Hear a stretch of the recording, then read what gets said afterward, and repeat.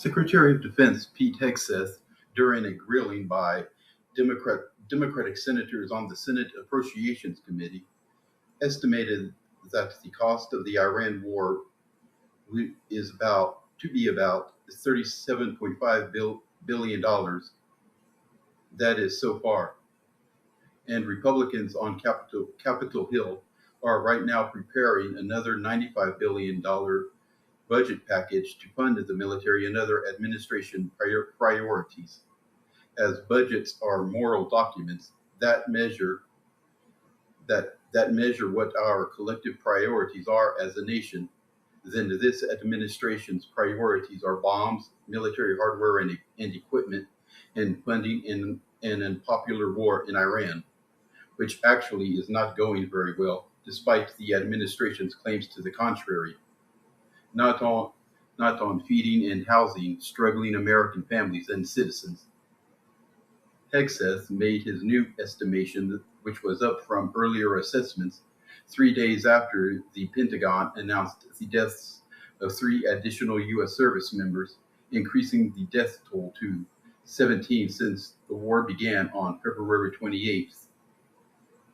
Not to mention the other 100 American soldiers who have been injured since early July.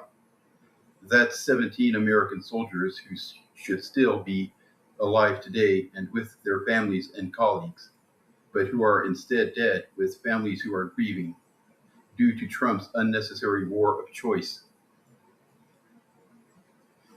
Some on the right who profess to be Christians will probably say it's war, people die in war. Yes, that's true, but that doesn't make it right or moral. To them, as a Christian, I would ask, what would Jesus do?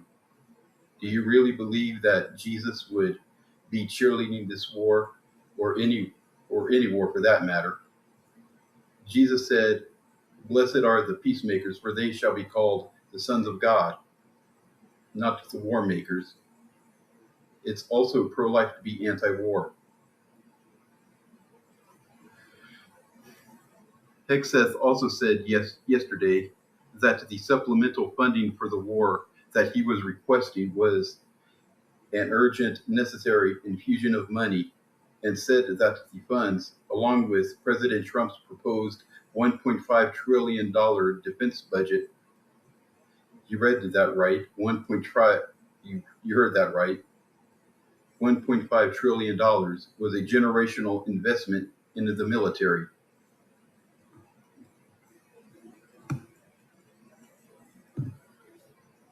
So we have the money to fund this $1.5 trillion boondoggle, but can't afford to fund the services and programs that millions of Americans, including the struggling poor and the marginalized, need to merely survive.